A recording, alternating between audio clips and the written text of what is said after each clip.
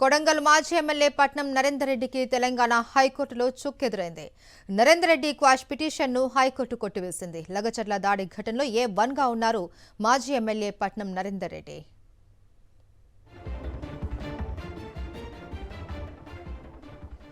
Right, ఇక ఇదే అంశానికి సంబంధించి మరింత సమాచారాన్ని మా ప్రతినిధి వాసు అందిస్తారు. వాసు,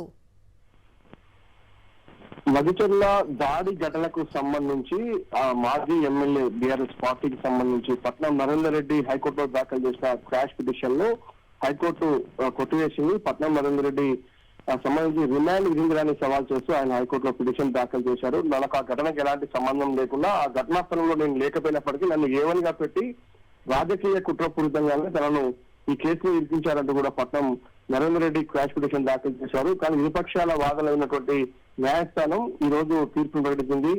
అయితే ప్రధానంగా పోలీసులు మాత్రం ఎవరైతే ఈ కేసులో మరో నిందితులు ఉన్నారో తనతో చాలా దగ్గరగా ఉన్నాడు, అనేక సార్లు ఫోన్ లో మాట్లాడాడు, ఆ ఫోన్ సంబంధించినటువంటి కాల్ రికార్డు కూడా కోర్టుకు సమర్పించింది.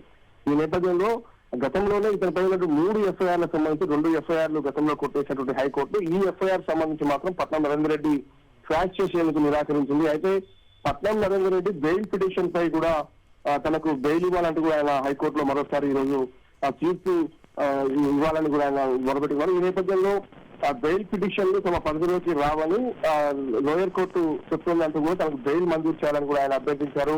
అయితే స్పెషల్ కోర్టు పరిధిలోకి వస్తుంది కాబట్టి పట్నం నరేందర్ రెడ్డి న్యాయవాదులకు హైకోర్టు సూచించింది.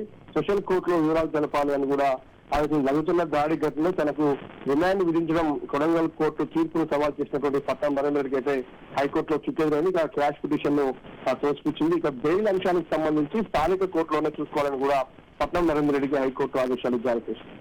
Right, thank you Vasu.